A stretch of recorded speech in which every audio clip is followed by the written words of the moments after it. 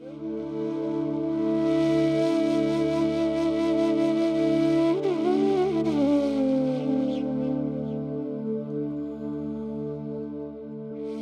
लग रहा है कि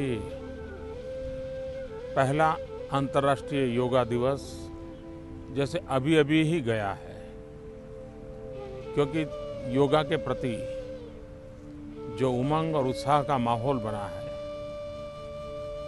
पूरा विश्व एक योगा कम्युनिटी के रूप में परिवर्तित हो गया है। पूरी धरती माता जैसे योगा के लिए एक प्लेटफॉर्म बन गई है और व्यक्ति की समष्टि तक की यात्रा का एक आधार बन गई है।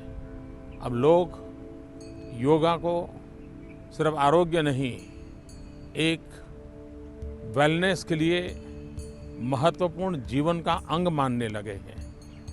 आज जब हम दूसरे अंतर्राष्ट्रीय योगा पर्व को मनाने जा रहे हैं, तब मेरी विश्व भर के योगा प्रेमियों को बहुत बहुत शुभकामनाएं हैं और मुझे विश्वास है कि पूरा विश्व इस योगा आंदोलन के साथ जुड़ता चला जाएगा, वेलनेस की ओर आगे बढ़ता चला जाएगा और व्यक्ति और समष्टि का योग मिलन सुनिश्चित हो जाएगा। योग केवल व्यायाम नहीं है। योग एक तनावग्रस्त व्यक्ति का तनाव वापस लेता है, दूर करके उसे तनाव रहित बनाता है। योग अशांत मन को शांत करता है।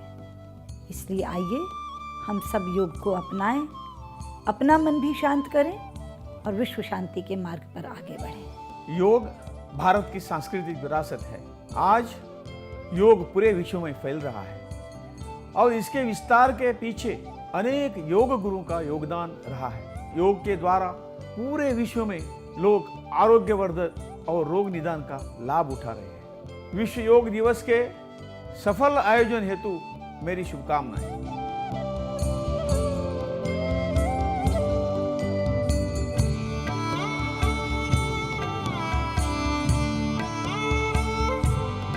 माननीय प्रधानमंत्री श्री नरेंद्र मोदी भारत सरकारंकर आयुष मंत्रणालय नेतृत्व में नुआ दिल्लीर राजपथरे आयोजित योग प्रदर्शनर नेतृत्व नेले।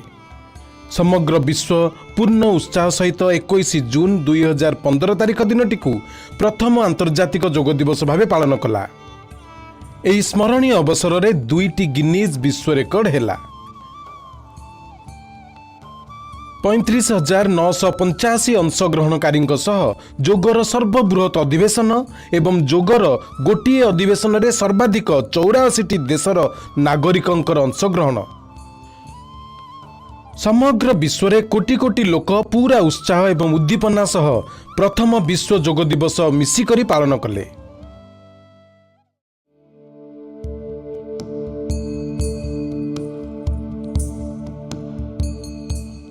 योग आवश्यक रूप से एक आध्यात्मिक अनुशासन जहाँ विशेषतः परिष्कृत विज्ञान उपर आधारित। यह सुस्थ जीवन पई एक कला और विज्ञान भी अटे। योग शब्दर उत्पत्ति संस्कृत शब्द जुगरु होइछि, जार अर्थ एकत्रित बा जोड़ी होई रहिबा होइथाए। यौगिक लेखागुड़िक आधार में योगर अभ्यास व्यक्तिगत चेतना को सार्वभौमिक चेतना सह मिलन कराइबा पई अग्रसर कराए।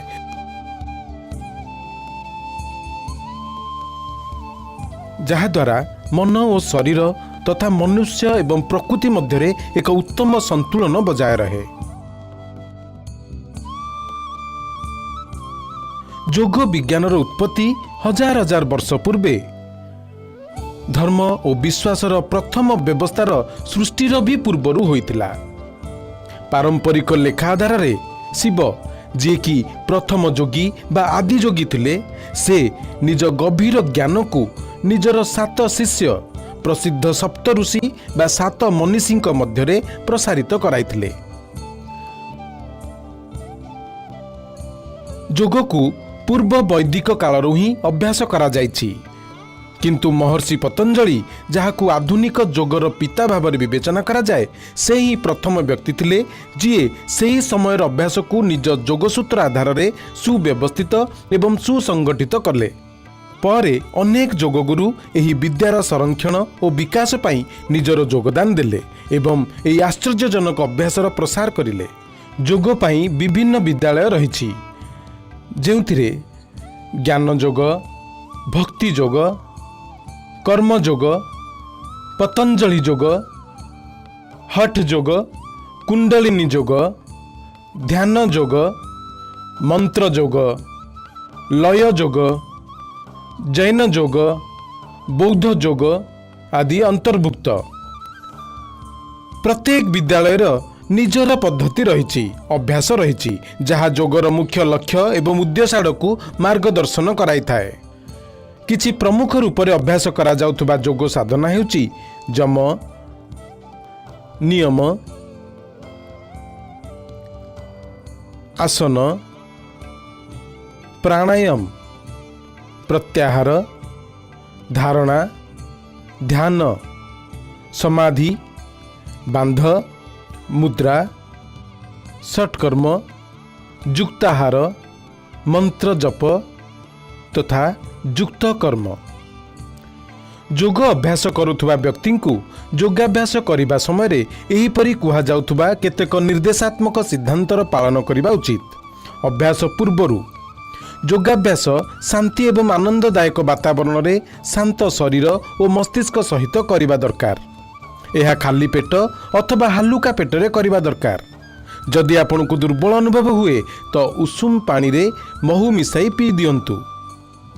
ଶରୀରର ଗତିବିଧିର ସହଜ ପାଇଁ ହାଲୁକା ଏବଂ ଆରାମଦାୟକ ସୂତା କନାର ପୋଷାକକୁ ପ୍ରାଥମିକତା ଦିଆଯିବା ଉଚିତ। କୌଣସି ପୁରୁଣା ବେମାରୀ, ଯନ୍ତ୍ରଣା ଅଥବା ହୃଦୟ ସମ୍ବନ୍ଧୀୟ ସମସ୍ୟା ହେଲେ ଯୋଗାଭ୍ୟାସ କରିବା ପୂର୍ବରୁ କୌଣସି ଚିକିତ୍ସକ ଅଥବା ଯୋଗ ଚିକିତ୍ସକଙ୍କ ସହିତ ନିଶ୍ଚୟ ପରାମର୍ଶ କରନ୍ତୁ। ଅଭ୍ୟାସ ସମୟରେ ଅଭ୍ୟାସ ଅଧିବେଶନର ଆରମ୍ଭ ପ୍ରାର୍ଥନା ବା ବନ୍ଦନା ସହିତ କରାଯିବା ଦରକାର, କାରଣ ଏହାଦ୍ୱାରା ମନର ଶାନ୍ତି ପାଇଁ ଏକ ସହାୟକ ବାତାବରଣ ସୃଷ୍ଟି ହୋଇଥାଏ।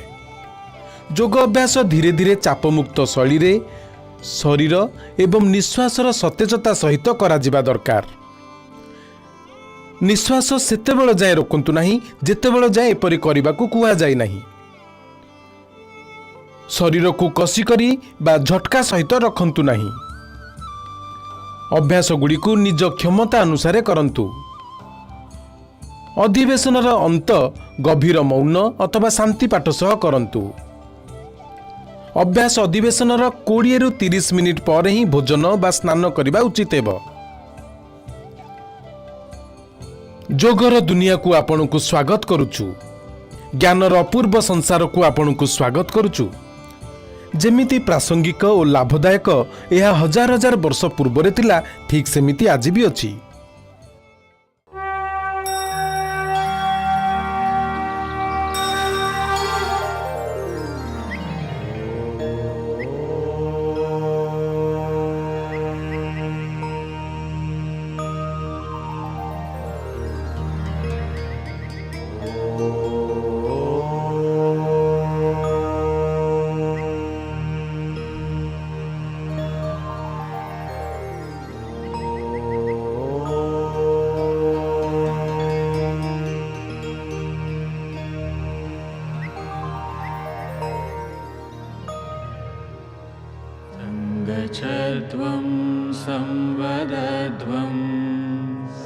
गच्छध्वं संवदध्वं संवो मनांसि जानताम्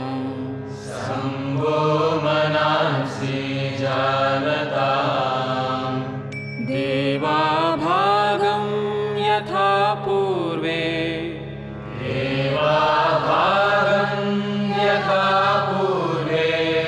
संजानाना उपासते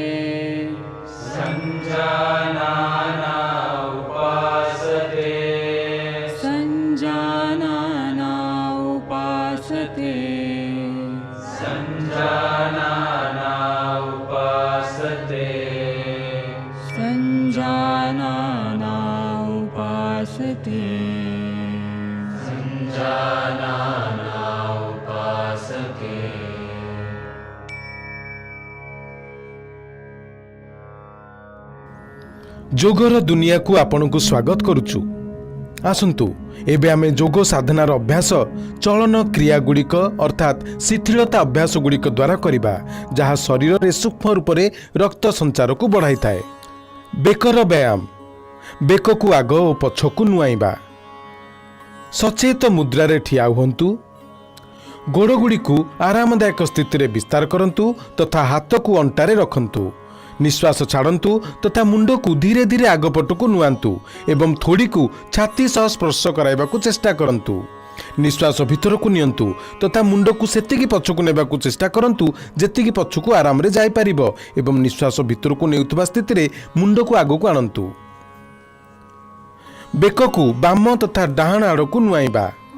निश्वास छाड़ंतु तथा मुंड को धीरे धीरे डाहाण पट को नुआंतु। कान को कांधर सेतिकी अधिक निकट को नियंतु जेतिकी संभव होई परिबो। निश्वास भीतर को नियंतु तथा मुंड को साधारण स्थिति को आनंतु। निश्वास छाड़ंतु तथा मुंड को बाम पट को नुआंतु। निश्वास भीतर को नियंतु तथा मुंड को पुणी साधारण स्थिति को आनंतु। डाहाण तथा बाम पट को घुराइबा। निश्वास छाड़ंतु तथा मुंड को आराम रे डाहाण पट को सेतिकी घुरांतु जेतिकी रे थोड़ी कांधर सीधारे आसीजिबो। निश्वास भीतर को नियंतु तथा मुंड को पुणी साधारण स्थिति को आनंतु। निश्वास छाड़ंतु एवं मुंड को बाम पट को घुरांतु। निश्वास भीतर को नियंतु तथा मुंड को पुणी साधारण स्थिति को फेरे आनंतु। बेक को घुराइबा। मुंड को आग आड़ को नुआई थोड़ी को छाती सह स्पर्श कराइबार प्रयास करंतु। निश्वास भीतर को नियंतु तथा मुंड को घंटा घंटार दिगरे घुरांतु। मुंड तल आड़ को गला बेले निश्वास छाड़ी दियंतु। मुंड को घंटा घंटार विपरीत दिगरे घुरांतु। बेकर चारि पाखरे टाणी हेबा। बेकर जोड़ एवं मांसपेशी रे शिथिलन तथा बेकर चाप दूर हेबार अनुभव करंतु। बेकरे जंत्रणा एवं स्पॉन्डिलाइटिस रे अभियोग थिबा लोकमानंकु एही व्यायाम आराम रे करिबा दरकार। स्कंद संचालन उभय गोड़ परस्पर सह मिलिमिशि रहू। गोड़ ठारू मुंड जाए संपूर्ण अंश को सीधा रखंतु। हाथ को पार्श्व ही रखंतु। निश्वास नेबा सहित दुई हाथ को निज मुंडरू ऊपर को उठांतु। पापुली को ऊपर दिग को रखंतु। निश्वास छाड़ू छाड़ू दुई हाथ को पुणी कड़ को फेरे आणंतु। जेतेबेले हाथ को मुंडर ऊपर को उठाइब तो ध्यान रखंतु जे मुंड को स्पर्श न करू। एहीपरि भावरे जेतेबेले हाथ को तल को नहीं करी आसिबे तो एक कथार ध्यान निश्चय रखंतु जे ताहा जंघ को स्पर्श न करू। आंगुठी गुड़ी को मिसाई दुई पापुली को संपूर्ण भावरे उन्मुक्त करंतु।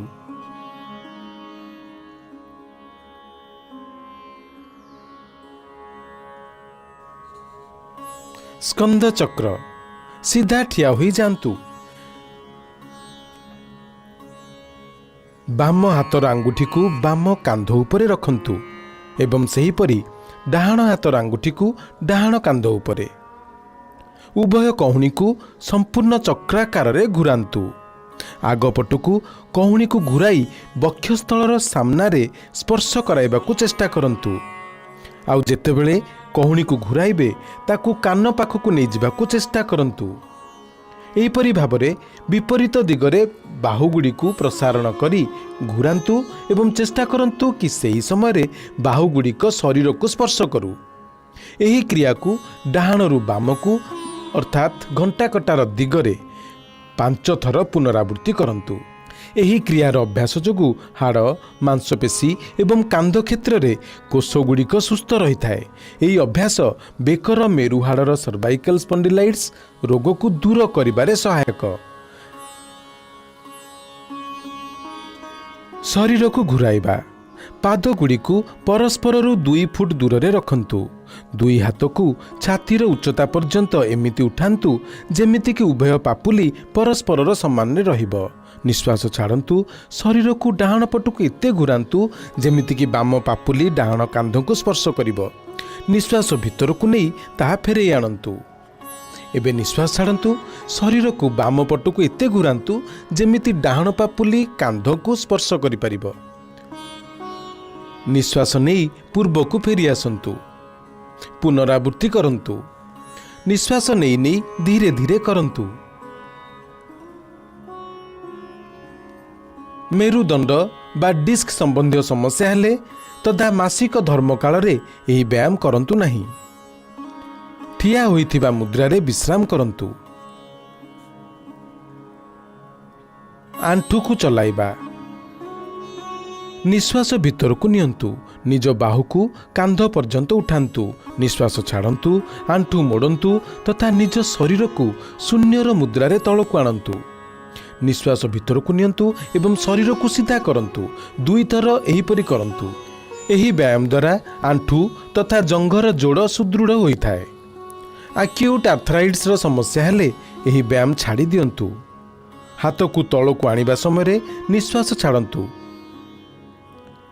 ଆସନ୍ତୁ ଏଥର ଯୋଗାସନ ଆଡ଼କୁ ବଢ଼ିବା। ତାଡ଼ାସନ। ତାଡ଼ ଗୋଟିଏ ଗଛର ନାଁ। ପାଦଗୁଡ଼ିକୁ ପରସ୍ପରଠାରୁ 2 ଇଞ୍ଚ ଦୂରରେ ରଖନ୍ତୁ। ଆଙ୍ଗୁଠିଗୁଡ଼ିକୁ ପରସ୍ପର ସହ ଜଡ଼େଇ ଧରନ୍ତୁ ତଥା କଚଟିକୁ ବାହାର ପଟକୁ ମୋଡ଼ନ୍ତୁ। ନିଶ୍ୱାସ ଭିତରକୁ ନିଅନ୍ତୁ ତଥା ବାହୁଗୁଡ଼ିକୁ ଉପରକୁ ଉଠାନ୍ତୁ ଓ କାନ୍ଧର ସିଧା ପର୍ଯ୍ୟନ୍ତ ନେଇଯାଆନ୍ତୁ। ପାପୁଲିକୁ ଭୂମିରୁ ଉପରକୁ ଉଠାନ୍ତୁ ଏବଂ ଆଙ୍ଗୁଠି ଉପରେ ସନ୍ତୁଳିତ ରକ୍ଷା କରନ୍ତୁ। ଏହି ପରିସ୍ଥିତିରେ 10ରୁ 15 ସେକେଣ୍ଡ ରୁହନ୍ତୁ। ଏହି ଆସନ ଶରୀରରେ ଦୃଢ଼ତା ଆଣିଥାଏ। ମେରୁହାଡ଼ ସହ ସମ୍ପୃକ୍ତ ତନ୍ତ୍ରଗୁଡ଼ିକର ଚଞ୍ଚଳତାକୁ ଠିକ୍ କରିବାରେ ସହାୟତା ହୁଏ ଆଉ ଭୁଲ ମୁଦ୍ରାଗୁଡ଼ିକୁ ଠିକ୍ କରିଥାଏ। ନିଶ୍ୱାସ ଛାଡ଼ନ୍ତୁ ଓ ପାପୁଲିକୁ ତଳକୁ ଆଣନ୍ତୁ। ଆଙ୍ଗୁଠିଗୁଡ଼ିକର ଫାନ୍ଦକୁ ଖୋଲନ୍ତୁ। ହାତଗୁଡ଼ିକୁ ଶରୀରର ସମାନ୍ତରରେ ତଳକୁ ଆଣନ୍ତୁ ଓ ଠିଆ ହେବା ସ୍ଥିତିକୁ ଫେରି ଆସନ୍ତୁ। ବୃକ୍ଷାସନ। ବୃକ୍ଷ ଶବ୍ଦର ଅର୍ଥ ହେଉଛି ଗଛ। 2 ଗୋଡ଼ ମଧ୍ୟରେ 2 ଇଞ୍ଚର ଦୂରତା ରକ୍ଷା କରି ଠିଆ ହୁଅନ୍ତୁ। ଆଖି ସାମ୍ନାରେ କୌଣସି ଏକ ବିନ୍ଦୁ ଉପରେ ଧ୍ୟାନ କେନ୍ଦ୍ରିତ କରନ୍ତୁ। ନିଶ୍ୱାସକୁ ଶରୀରଠାରୁ ବାହାରକୁ ଛାଡ଼ିବା ସହ ଡାହାଣ ପାଦକୁ ମୋଡ଼ି ତାର ପଞ୍ଝାକୁ ବାମ ପାଦର ଭିତର ଜଙ୍ଘ ଉପରେ ରଖନ୍ତୁ। ଅଭ୍ୟାସ କରିବା ସମୟରେ ଧ୍ୟାନ ରଖନ୍ତୁ ଯେ ଗୋଇଠି ମୂଳାଧାର ଅର୍ଥାତ୍ ପେରିନିୟମ୍ କ୍ଷେତ୍ର ସହ ମିଶିକରି ରହୁଛି। ଗଭୀର ନିଶ୍ୱାସ ନେଇ ଉଭୟ ହାତକୁ ଉପର ଆଡ଼କୁ ନେଇଯାଆନ୍ତୁ ଏବଂ ପାପୁଲିକୁ ପରସ୍ପର ସହ ମିଶାନ୍ତୁ। ଏହି ସ୍ଥିତିରେ 10ରୁ 15 ସେକେଣ୍ଡ ରୁହନ୍ତୁ। ସେହି ସମୟରେ ସାଧାରଣ ଭାବରେ ନିଶ୍ୱାସ ପ୍ରଶ୍ୱାସ ନିଅନ୍ତୁ। ଏହି ଆସନ ସ୍ନାୟବିକ ତନ୍ତ୍ରର ସ୍ନାୟୁଗୁଡ଼ିକୁ ଉତ୍ତମ କରିଥାଏ, ଶରୀରକୁ ସନ୍ତୁଳିତ କରେ। ଆର୍ଥ୍ରାଇଟିସ୍ ରୋଗରେ ପୀଡ଼ିତ ହୋଇଥିଲେ ଏହି ଆସନ ଅଭ୍ୟାସ କରନ୍ତୁ ନାହିଁ। ନିଶ୍ୱାସ ଛାଡ଼ି ଛାଡ଼ି ହାତ ଏବଂ ଡାହାଣ ପାଦକୁ ମୂଳ ଅବସ୍ଥାକୁ ଫେରେଇ ନେଇ ଆସନ୍ତୁ। ଏହି ଆସନର ଅଭ୍ୟାସ ବାମ ଗୋଡ଼ରେ ବି କରନ୍ତୁ। ବାମ ଗୋଡ଼କୁ ମୋଡ଼ି ତାର ପଞ୍ଝାକୁ ଡାହାଣ ଗୋଡ଼ର ଭିତର ଜଙ୍ଘରେ ରଖନ୍ତୁ। ନିଶ୍ୱାସ ନେଇ ନେଇ ଉଭୟ ହାତକୁ ଉପର ଆଡ଼କୁ ନେଇଯାଆନ୍ତୁ ଏବଂ ପାପୁଲିକୁ ପରସ୍ପର ସହ ମିଶାନ୍ତୁ।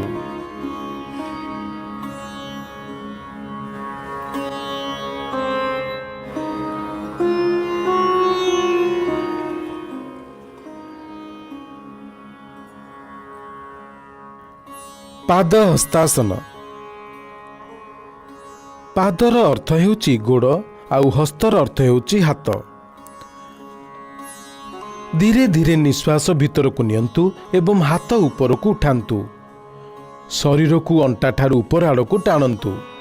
ନିଶ୍ୱାସ ଛାଡ଼ନ୍ତୁ ତଥା ଆଗ ଆଡ଼କୁ ସେତେ ପର୍ଯ୍ୟନ୍ତ ନୁଅନ୍ତୁ ଯେତେବେଳେ ଯାଏଁ ପୁରା ପାପୁଲି ଚଟାଣକୁ ସ୍ପର୍ଶ ନ କରୁଛି। ଏହି ଅନ୍ତିମ ସ୍ଥିତିକୁ 10ରୁ 30 ସେକେଣ୍ଡ ପର୍ଯ୍ୟନ୍ତ ରଖନ୍ତୁ। ଯେଉଁ ଲୋକମାନଙ୍କର ପିଠିରେ ରକା ପଶିବା ପରି ସମସ୍ୟା ଥିବ ସେମାନେ ନିଜ କ୍ଷମତା ଅନୁଯାୟୀ ହିଁ ନଇଁବା ଦରକାର। ଏବେ ନିଶ୍ୱାସ ଭିତରକୁ ନିଅନ୍ତୁ, ଧୀରେ ଧୀରେ ସିଧା ସ୍ଥିତିକୁ ଆସନ୍ତୁ ଏବଂ ବାହୁକୁ ମୁଣ୍ଡର ଉପରକୁ ନେଇ ଟାଣନ୍ତୁ।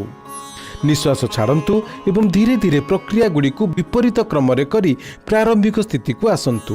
ବିଶ୍ରାମ କରନ୍ତୁ। ଅର୍ଦ୍ଧଚକ୍ରାସନ। 2 ହାତରେ ଅଣ୍ଟା ଉପରେ ସାହାରା ଦିଅନ୍ତୁ। ନିଶ୍ୱାସ ଛାଡ଼ନ୍ତୁ, ମୁଣ୍ଡକୁ ପଛକୁ ନୁଆନ୍ତୁ, ବେକର ମାଂସପେଶୀକୁ ପ୍ରସାରଣ କରନ୍ତୁ ତଥା ମେରୁଦଣ୍ଡର ନିମ୍ନ ଭାଗରୁ ପଛ ଆଡ଼କୁ ନୁଅନ୍ତୁ। ସାଧାରଣ ମାତ୍ରାରେ ନିଶ୍ୱାସ ନିଅନ୍ତୁ ଓ ସେହିପରି କରି ବିଶ୍ରାମ ନିଅନ୍ତୁ। ଏହି ସ୍ଥିତିରେ 10ରୁ 30 ସେକେଣ୍ଡ ରୁହନ୍ତୁ। ଅର୍ଦ୍ଧଚକ୍ରାସନ ମେରୁହାଡ଼କୁ ନମନୀୟ କରିଥାଏ ତଥା ମେରୁ ତନ୍ତ୍ରିକାଗୁଡ଼ିକୁ ଦୃଢ଼ତା ପ୍ରଦାନ କରେ।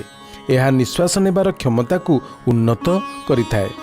ନିଶ୍ୱାସ ଭିତରକୁ ନିଅନ୍ତୁ, ଧୀରେ ଧୀରେ ଫେରି ଆସନ୍ତୁ ତଥା ବିଶ୍ରାମ କରନ୍ତୁ। ଉଚ୍ଚ ରକ୍ତଚାପ ରୋଗୀମାନଙ୍କୁ ସାବଧାନତା ସହ ଲଇଁବାର ଅଛି। त्रिकोणासन त्रिकोणर अर्थ हेउची त्रिभुज। गोड़ गुड़िक परस्पर ठारू आरामदायक दूरतार रखी ठिया हुअन्तु। हाथ को धीरे धीरे कड़रू सेते पर्यंत उठांतु जेते पर्यंत से सतेज होई जिवे। निश्वास छाड़न्तु धीरे धीरे डाहण पटकू लुहंतु और डाहण हाथ को डाहण पादर ठीक पछ पाखरे रखन्तु। बाम हाथ को डाहण हाथर सामने ठिया करन्तु। साधारण भाव में निश्वास नियंतु। एही स्थिति रे 10 रु 30 सेकेंड रुहंतु। यह समतल पादरू रक्षा करे, पिंडी जंघ तथा अंटार मांसपेशी को दृढ़ता प्रदान करे एवं मेरुदंड को नमनीय करिथाए।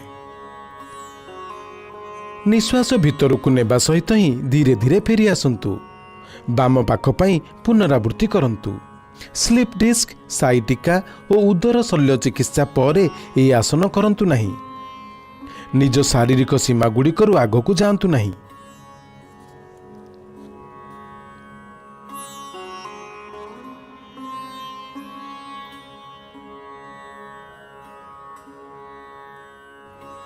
भद्रासन आसंतु एबे बसिबा मुद्रा गुड़िक पई प्रस्तुत हेबा।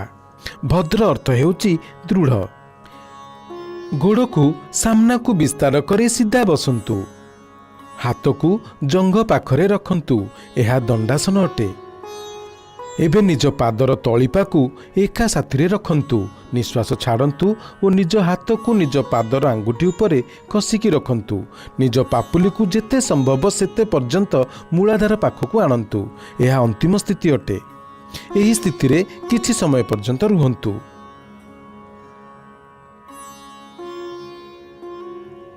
भद्रासन शरीर को दृढ़ रखिथाए एवं मस्तिष्क को स्थिर करिथाए। एबे निज पाद को संकुचित करंतु और विश्राम अवस्था को आसंतु। एक्यूट आर्थराइटिस अथवा साइटिका होइतिले एही अभ्यास करंतु नहीं। वज्रासन सर्वप्रथमे दंडासन रे बसी जांतु। गोड़ को मोड़ी गोईठी उपरे बसी जांतु। जंघ गुड़ी को लगाई रखंतु और आंगुठी गुड़ी को परस्पर सह लागी रखंतु। हाथ को आंठू उपरे रखंतु। पादरू मुंड जाए शरीर को सीधा रखंतु। एही आसन को वज्रासन कहंती।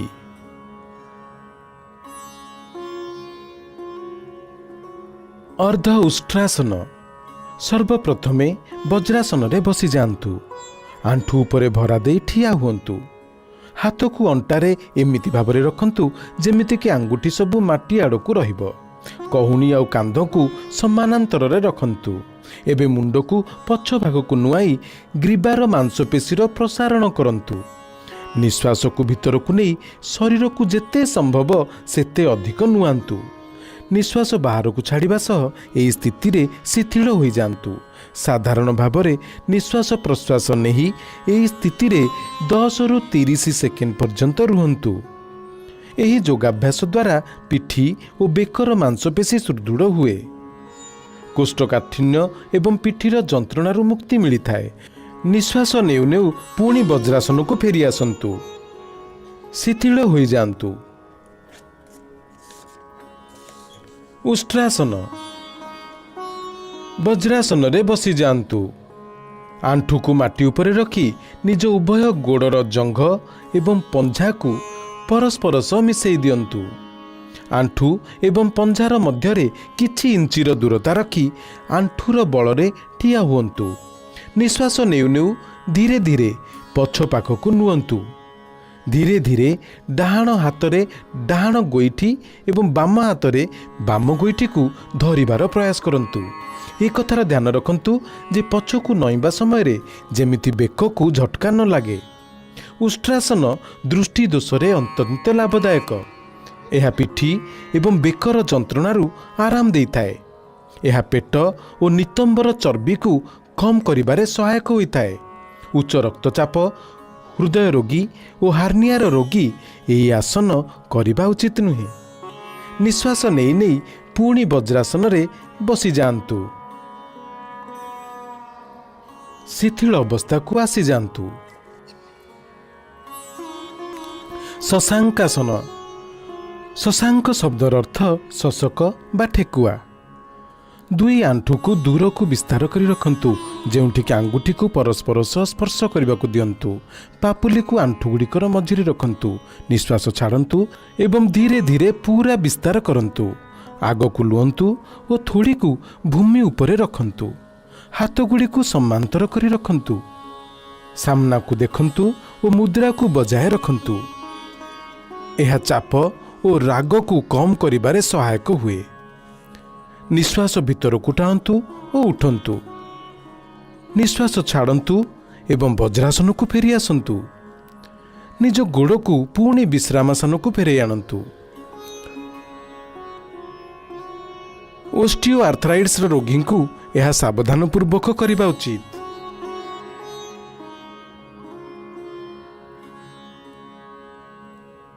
ଉତ୍ତାନ ମଣ୍ଡୁକାସନ। ଏହି ଆସନରେ ଶରୀରର ସ୍ଥିତି ଊର୍ଦ୍ଧ୍ୱମୁଖୀ ବେଙ୍ଗ ପରି ହୋଇଥାଏ।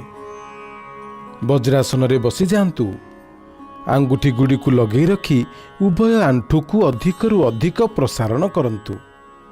ଶ୍ୱାସ ନେଉ ନେଉ ନିଜ ହାତକୁ ଉପରକୁ ଉଠାନ୍ତୁ।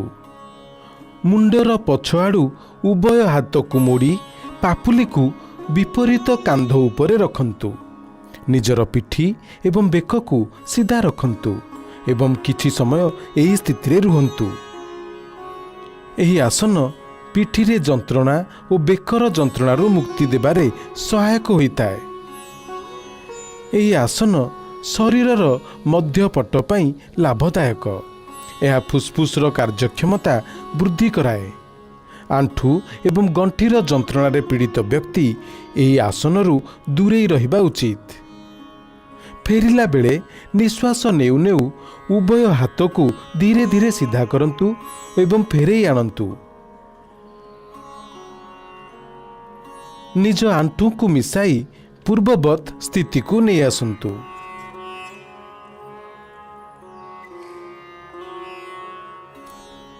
ବକ୍ରାସନ।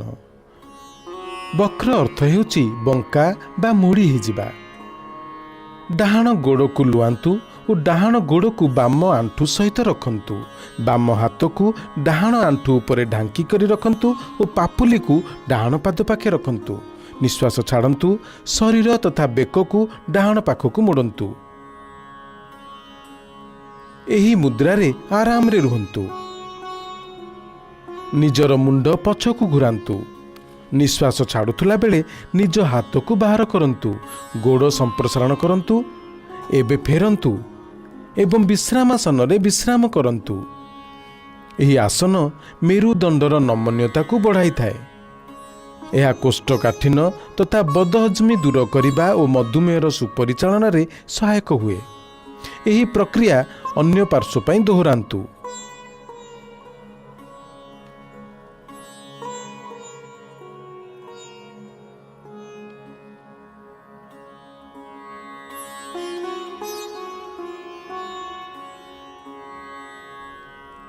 ନିଜ ମୁଣ୍ଡ ପଛକୁ ଘୁରାନ୍ତୁ। ନିଶ୍ୱାସ ଛାଡ଼ୁ ଛାଡ଼ୁ ନିଜ ହାତ ବାହାରକୁ ବାହାର କରନ୍ତୁ। ଗୋଡ଼କୁ ପ୍ରସାରଣ କରନ୍ତୁ। ଏବେ ଫେରି ଆସନ୍ତୁ ଓ ବିଶ୍ରାମାସନରେ ବିଶ୍ରାମ କରନ୍ତୁ।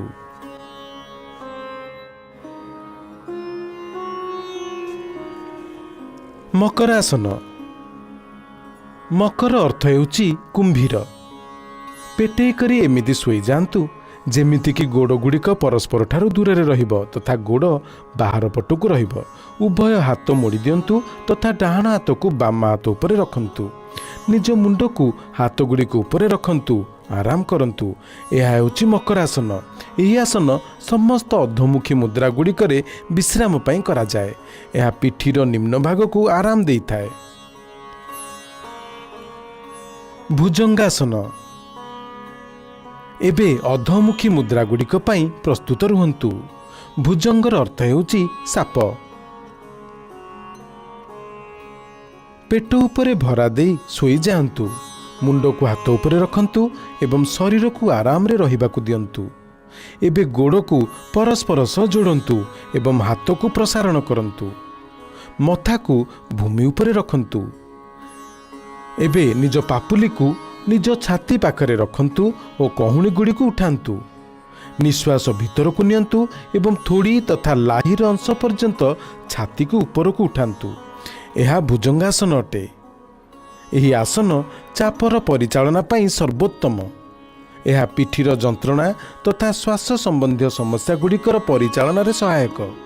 ନିଶ୍ୱାସ ଛାଡ଼ନ୍ତୁ। ନିଜ ମଥାକୁ ଭୂମି ଉପରେ ରହିବାକୁ ଦିଅନ୍ତୁ ତଥା ହାତ ପ୍ରସାରଣ କରନ୍ତୁ। ନିଜ ଗୋଡ଼ ପ୍ରସାରଣ କରନ୍ତୁ। ପାପୁଲି ଉଚ୍ଚା କରନ୍ତୁ ତଥା ନିଜ ମୁଣ୍ଡକୁ ପାପୁଲିରେ ରଖନ୍ତୁ ଓ ଆରାମ କରନ୍ତୁ। ସଲଭାସନ। ସଲଭର ଅର୍ଥ ହେଉଛି ଗୁଡ଼ି। ପେଟେଇ କରି ଶୋଇଯାଆନ୍ତୁ। ଗୋଡ଼ ପରସ୍ପର ସହ ଯୋଡ଼ି ଦିଅନ୍ତୁ। ଥୋଡ଼ିକୁ ଭୂମି ଉପରେ ରଖନ୍ତୁ। ଦୁଇ ହାତକୁ ଶରୀରର କଡ଼ରେ ଏମିତି ରଖନ୍ତୁ ଯେମିତିକି ପାପୁଲି ଉପର ପଟକୁ ରହିବ। ନିଶ୍ୱାସ ଭିତରକୁ ନିଅନ୍ତୁ।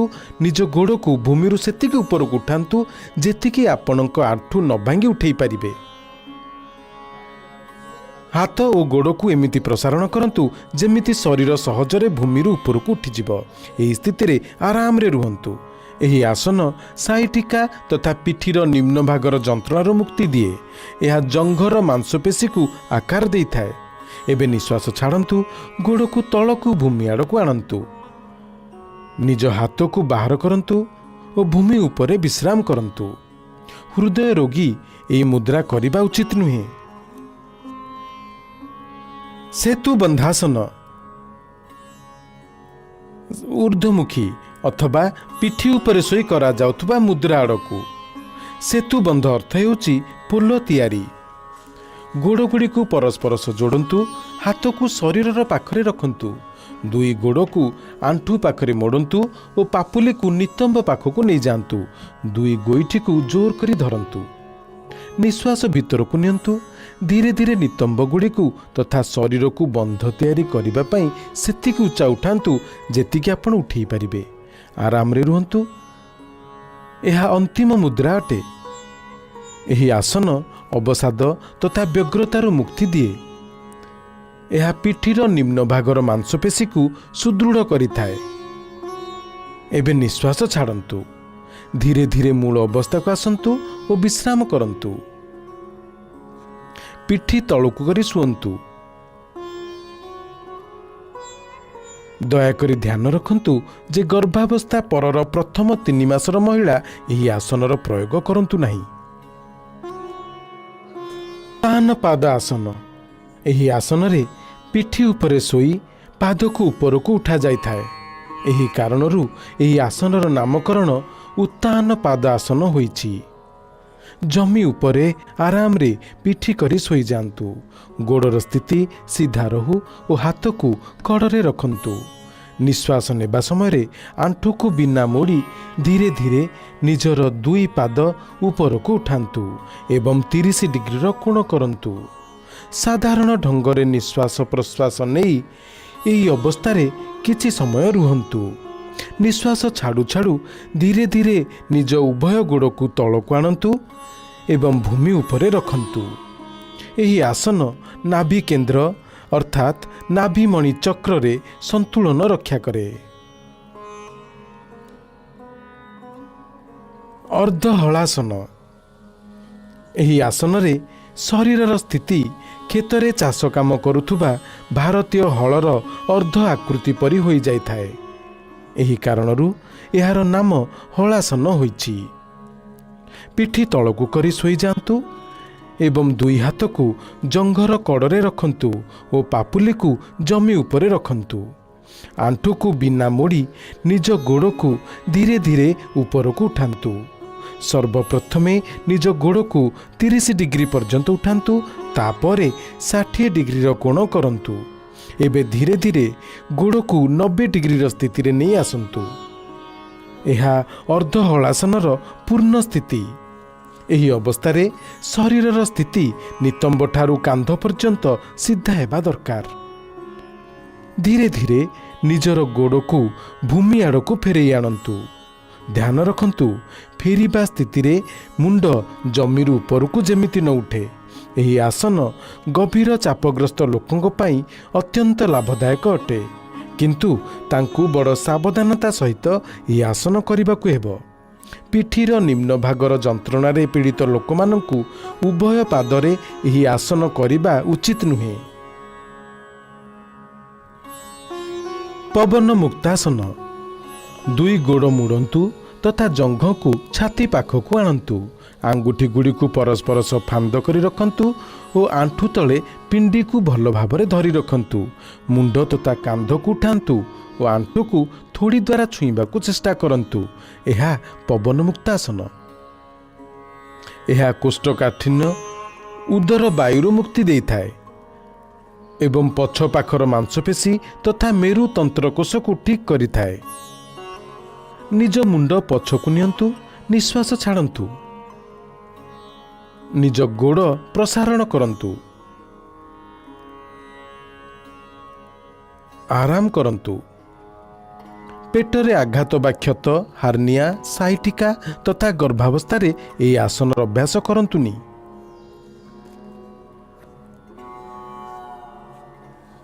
शवासन। शव अर्थ हेउची मृत शरीर। यही आसन संपूर्ण विश्राम पई करा जाइथाए। निज बाहु एवं गोड़ को संपूर्ण विस्तार करी आराम रे पिठी तलकु करी सोई जांतु। पापुली ऊपर पटकु रहू। आखि बंद करी नियंतु। पूरा शरीर को जाग्रत भावरे विश्राम दियंतु। प्राकृतिक श्वास प्रश्वास नियंतु एवं ताकु लयबद्ध तथा धीर हेबाकु दियंतु। सतेजतापूर्ण और निश्चिंततार अनुभूति हबा पर्यंत यही अवस्था रुहंतु। यही आसन समस्त प्रकार चापर मुक्ति दिए और शरीर तथा मस्तिष्क उभय को विश्राम देइथाए। यह चाप तथा तार परिणाम गुड़िकर परिचालना रे सहायक हुए।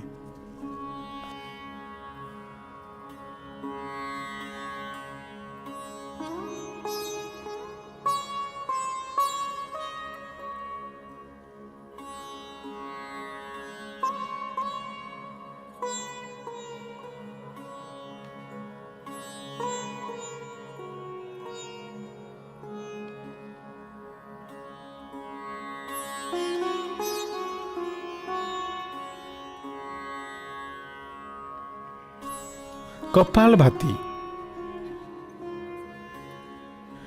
यह मस्तिष्कर अग्रभागर श्वसन केन्द्र गुड़ी को उत्तेजित करिथाए।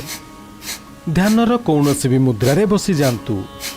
आखि बंद करंतु एवं समग्र शरीर को विश्राम दियंतु। भीतर को गभीर निश्वास नियंतु। छाती फुलांतु। निश्वास को पेटर मांसपेशीर बलशाली संकुचन द्वारा बाहर करंतु।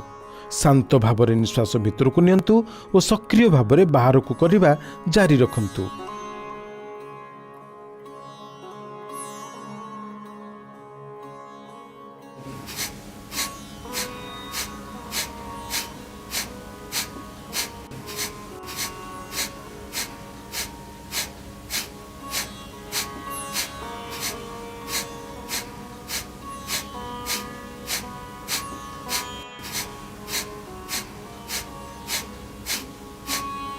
पुणी एक गभीर निश्वास नियंतु और धीरे धीरे बाहर को बाहर करंतु और विश्राम नियंतु।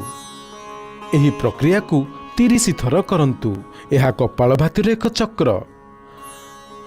प्रत्येक चक्रर शेष रे गभीर निश्वास नेबा दरकार। एबे 2 चक्र आहुरी करंतु।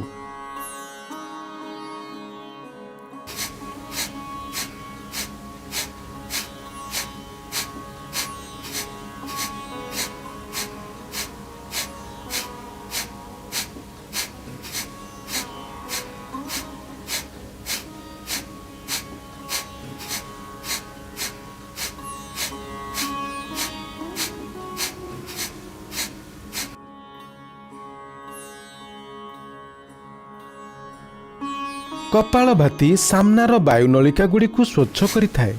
यह द्वारा कफ संबंधी समस्या गुड़िकर निदान रे सहायता मिलिथाए। यह थंडा, रायनाइटिस, साइनोसाइटिस, आस्थमा तथा स्वास्थ्य संबंधी रोग गुड़िकर उपचार रे सहायक होइथाए।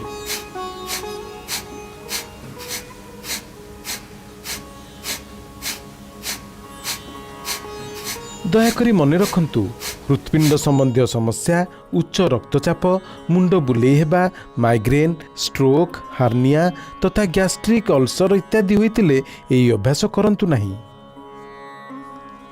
प्राणायाम, नाड़ी शोधन अथवा अनुलोम विलोम प्राणायाम। क्रमशः बाम तथा डाहाण नाक छिद्र द्वारा निश्वास नेबार अछि। ध्यानर मुद्रारे बसी जांतु, मेरुदंड सीधा रखंतु, मुंड उच्चा तथा आखि बंद रहू। शरीर को किछि गभीर श्वास नहीं आरामर स्थिति को आणंतु। बाम पापुली को बाम आंठू उपरे ज्ञान मुद्रारे रखंतु। डाहाण हाथ नासाग्र मुद्रारे रहिबा दरकार। डाहाण बुढ़ा आंगुठी को डाहाण नाकपुड़ा उपरे रखंतु। बाम नाकपुड़ा देई निश्वास भीतर को नियंतु, पुणी ताकू बंद कर दियंतु। डाहाण नाकपुड़ा देई निश्वास बाहर को छाड़ंतु। ता परथर डाहाण नाकपुड़ा देई निश्वास भीतर को नियंतु। डाहाण नाक छिद्र बंद करंतु और बाम नाक छिद्र देई श्वास बाहर को छाड़ंतु। यह नाड़ी शोधन अथवा अनुलोम विलोम प्राणायाम एक चक्र अटे। 5 चक्र आहुरी करंतु। जो माने अनुलोम विलोम प्राणायाम आरंभ करिथिबा नुआ लोक होइथिबे सेमानक पई श्वास भीतर को नेबा और बाहर करिबार समय समान हेबा दरकार। धीरे धीरे सेगुड़िकर समय अनुपात बढ़ाई 1:2 करिबा दरकार। निश्वास धीर, स्थिर तथा नियंत्रित हेबा दरकार। एही प्राणायामर उद्देश्य हेउची शक्तिर समस्त प्रमुख मार्ग गुड़ी को शुद्ध करिबा। एहा पूरा शरीर को पोषित करिथाए। एहा चित्त को शांत करिथाए और एकाग्रता बढ़ाइबारे सहायता प्रदान करे। एहा प्राणशक्ति बढ़ाइथाए एवं चाप तथा व्यग्रतार स्तर को कम करिथाए। एहा कफ संबंधी दोष गुड़िकर भी निवारण करे।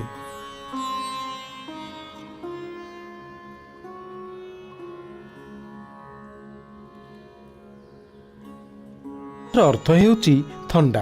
एही प्राणायाम साधकंकर चित्त को शांत करिथाए एवं मनर व्यग्रता को दूर करि दिए।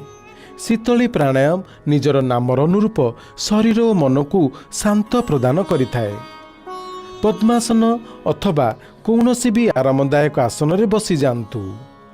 अंजलि मुद्रा अथवा ज्ञान मुद्रार अवस्था निज हाथ को आंठू उपरे रखि नियंतु। जीभ को कड़रू मोड़ी ट्यूबर आकृति परि कर दियंतु।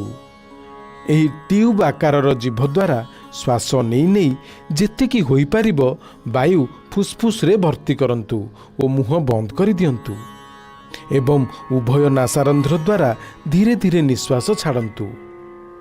शीतली प्राणायाम रक्त को शुद्ध करिथाए। एहा शरीर को शीतलता प्रदान करे। उच्च रक्तचापग्रस्त व्यक्ति मानक पई यह अत्यंत लाभप्रद होइथाए। यह भोक और शोष को दमन करिथाए। कफ और पित्त कारणरू हेउथुबा बदहजमी और अन्य व्याधि को दूर करिथाए। यह त्वचा और आखि पई लाभदायक अटे। थंडा, कफ अथवा तुंडिका शोथ बा टन्सिलाइट्स रोगी एही प्राणायाम करिबा उचित नुहे।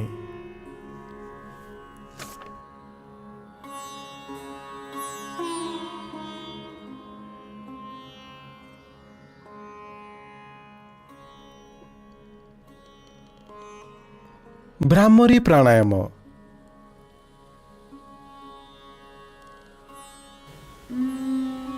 भ्रमर भंर को कहा जाए। एही प्राणायाम रे निश्वास छाड़िबा समय जो ध्वनि बाहरी थाए ताहा भंरर भुणु भुणु शब्द सहित मिसी थाए। उभय नासारंध्र द्वारा गभीर निश्वास भीतर को नियंतु। नियंत्रित पद्धति रे गभीर एवं स्थिर भंर परी भुणभुण परी ध्वनि सहित श्वास बाहर को छाड़ंतु।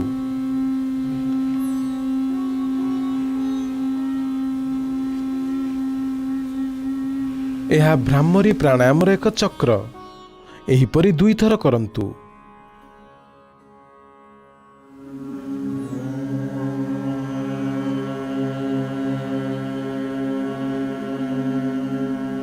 यह अनिद्रार एक उत्तम औषध। ଏହା ଚାପ ସମ୍ବନ୍ଧୀୟ ବିକାରକୁ ଦୂର କରିବାରେ ବହୁତ ଫଳବ୍ରତ ବୋଲି ପ୍ରମାଣିତ ହୋଇଛି।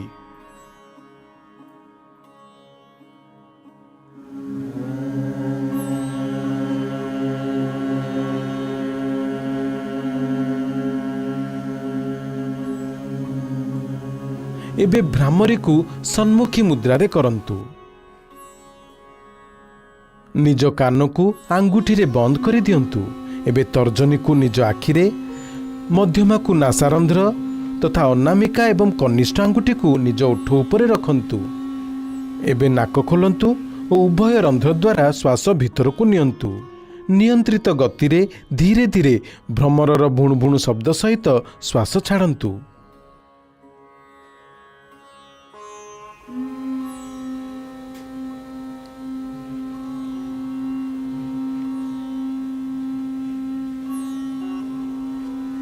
ଏହା ଏକାଗ୍ରତା ଏବଂ ଧ୍ୟାନର ପ୍ରାରମ୍ଭ ପାଇଁ ପ୍ରସ୍ତୁତ କରିବାର ପ୍ରାଣାୟାମ। ଧ୍ୟାନ। ଆସନ୍ତୁ ଏବେ ଧ୍ୟାନ ପାଇଁ ପ୍ରସ୍ତୁତ ହେବା। ଧ୍ୟାନ ଏକ ନିରନ୍ତର ଚିନ୍ତନର ପ୍ରକ୍ରିୟା ଅଟେ।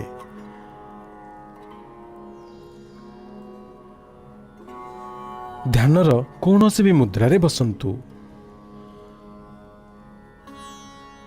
ନିଜର ମେରୁଦଣ୍ଡକୁ ଆରାମଦାୟକ ସ୍ଥିତିରେ ସିଧା ରଖନ୍ତୁ। ଜ୍ଞାନ ମୁଦ୍ରା ଗ୍ରହଣ କରନ୍ତୁ। ନିଜ ପାପୁଲି ଗୁଡ଼ିକୁ ଜଙ୍ଘ ଉପରେ ଉପର ପଟକୁ କରି ରଖନ୍ତୁ। ବାହୁ ଆଉ କାନ୍ଧ ଢିଲା ଓ ଆରାମ ସ୍ଥିତିରେ ରହିବା ଦରକାର। ନିଜ ଆଖି ବନ୍ଦ କରି ନିଅନ୍ତୁ ଓ ମୁହଁକୁ ହାଲୁକା ଭାବରେ ଉପରକୁ ଉଠାଇ ବସିଯାଆନ୍ତୁ। ଆପଣଙ୍କୁ ଏକାଗ୍ର ଚିତ୍ତ ହେବାର ଆବଶ୍ୟକତା ନାହିଁ, ବରଂ କେବଳ ନିଜ ଉଭୟ ବାହୁ ମଧ୍ୟରେ ହାଲୁକା ଧ୍ୟାନ ଦିଅନ୍ତୁ ଏବଂ ନିଶ୍ୱାସ ପ୍ରତି ଜାଗ୍ରତ ରୁହନ୍ତୁ। ଧ୍ୟାନ ମସ୍ତିଷ୍କକୁ ଶାନ୍ତ ଓ ଆନନ୍ଦମୟ ରଖିଥାଏ। ଏହା ଏକାଗ୍ରତା, ସ୍ମୃତି, ବିଚାରର ସ୍ପଷ୍ଟତା ତଥା ଇଚ୍ଛା ଶକ୍ତି ବଢ଼ାଇଥାଏ। ଏହା ପୁରା ଶରୀର ଓ ମସ୍ତିଷ୍କକୁ ସମ୍ପୂର୍ଣ୍ଣ ଭାବରେ ଆରାମ ଦେଇ ତାକୁ ପୁନଃ ଚୈତନ୍ୟ କରିଦେଇଥାଏ। ଏହା ସକାରାତ୍ମକ ଭାବନା ଜାଗ୍ରତ କରାଇବାରେ ସହାୟକ ହୋଇଥାଏ। ଧ୍ୟାନ ଆମକୁ ଆତ୍ମାନୁଭୂତି ଦିଗରେ ଆଗକୁ ବଢ଼ାଇଥାଏ। ଧ୍ୟାନର ସ୍ଥିତି ବଜାୟ ରଖନ୍ତୁ।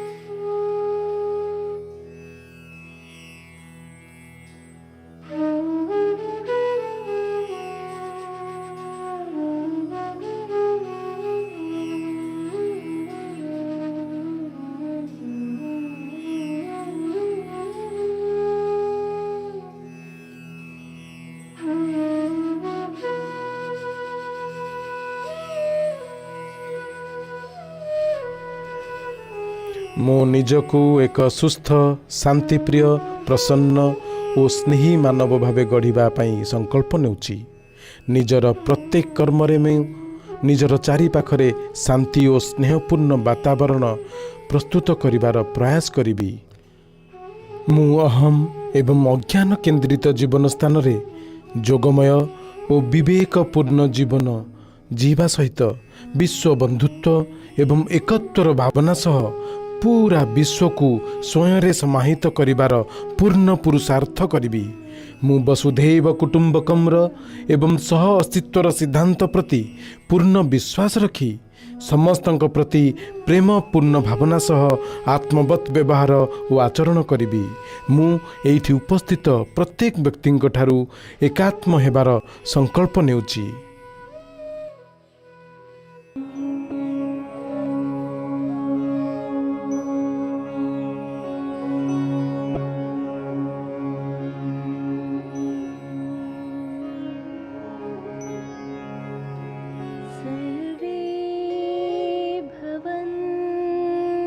सुखिनः सर्वे सन्तु निरामयाः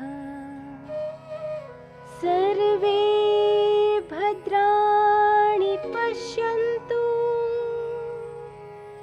मा कश्चित् दुःखभाग् भवेत् मा कश्चित् दुःखभाग् भवेत्। ॐ शान्ति शान्ति शान्ति।